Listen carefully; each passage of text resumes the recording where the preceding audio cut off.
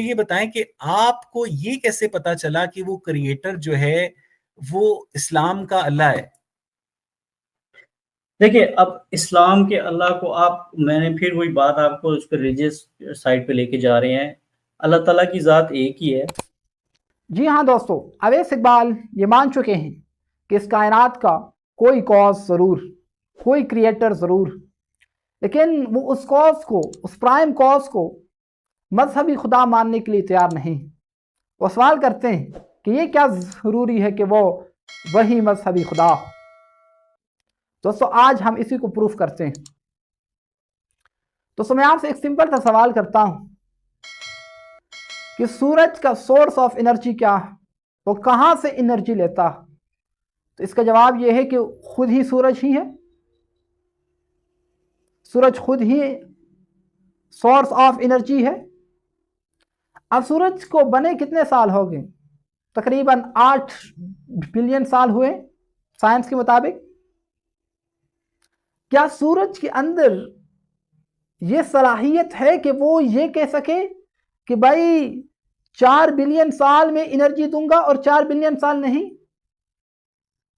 ये पॉसिबल नहीं है, क्योंकि सूरज कोई कॉन्शियस बीइंग नहीं है, उसके अंदर कॉन्शियसनेस नहीं है। इसी तरह जब आपने ये मान लिया कि इस कायनात का कोई प्राइम कॉज है,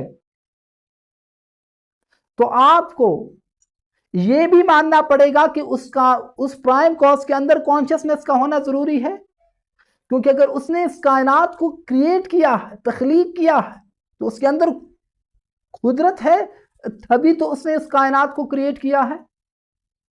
अब जब वो कायनात को क्रिएट कर रहा था तो उसके सामने 2 ऑप्शन थे। मेरे सामने लैपटॉप पड़ा है, मैं चाहूं तो इसको बंद करूं, चाहूं तो इसको ना बंद करूं। तो मैंने इस लैपटॉप को बंद नहीं किया। ये मैंने क्यों? क्योंकि मेरे अंदर इरादा है, और चूंकि मेरे अंदर इरादा है तो मेरे अंदर शऊर भी है। इसी तरह उस प्राइम कॉज ने इस कायनात के बनाने का इरादा किया, तो चूंकि उसने कायनात को बनाने का इरादा किया तो उसके अंदर कॉन्शियसनेस का होना जरूरी है। क्योंकि अगर हम उसके अंदर कॉन्शियसनेस नहीं मानेंगे तो फिर आप भी इटरनल, मैं भी इटरनल, जिस तरह वो फर्स्ट कॉज इटरनल। क्योंकि जिस वक्त से वो कॉज है उस वक्त से कायनात भी होगा। जिस तरह जिस वक्त से सूरज है उसी वक्त से सूरज की एनर्जी भी है, क्योंकि उसके अंदर कॉन्शियसनेस नहीं है। तो ये बात साबित हो गया कि उस प्राइम कॉज के अंदर कॉन्शियसनेस का होना जरूरी है। और चूंकि उसने इस कायनात को क्रिएट किया तो वो आपकी और हमारी जिंदगी में इंटरफेरेंस भी कर सकता है। और वो फर्स्ट कॉज, वो कादिर मुतलक भी होगा, वो सुप्रीम बीइंग होगा, और इस तरह उसकी कोई शेप, कोई शक्ल नहीं होगी। क्यों? क्योंकि अगर उसकी कोई शेप हो, कोई शक्ल हो, तो वो दिखेगी भी।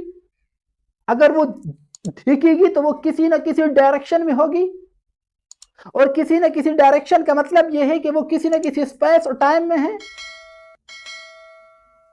तो वो जो किसी स्पेस और टाइम में हो वो तो इटरनल हो ही नहीं सकता, हमेशा से नहीं हो सकता। तो अब अगर ये बुनियादी बातें जो मुल्हिद भी मजबूरन उसको मानना पड़ेगा, अगर यही बातें किसी मजहब ने सिखलाए हो तो फिर मुल्हिदीन को क्या प्रॉब्लम है? बिल्कुल यही डिस्क्रिप्शन अल्लाह रब्बुल इज्जत के मुताल्लिक कुरान मजीद में है। अल्लाह रब्बुल इज्जत कुरान मजीद में फरमाते हैं, कुल हुवल्लाहु अहद, वो एक है। अल्लाहु समद, वो किसी पर डिपेंड नहीं है, इंडिपेंडेंट है। लम यलिद वलम यूलद, वो आप और हम जैसे नहीं है, क्योंकि हम रिप्रोडक्शन करते हैं, वो रिप्रोडक्शन नहीं करता। वलम यकुल लहू कुफुवन अहद, और उस जैसा कोई नहीं है।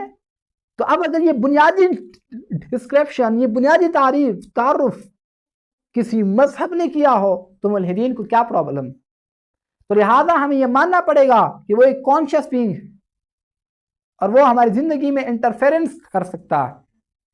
तो ये मजहबी खुदा का एक बुनियादी सा तारुफ। बहरहाल दोस्तों, उम्मीद है कि आपको ये बात समझ आई होगी।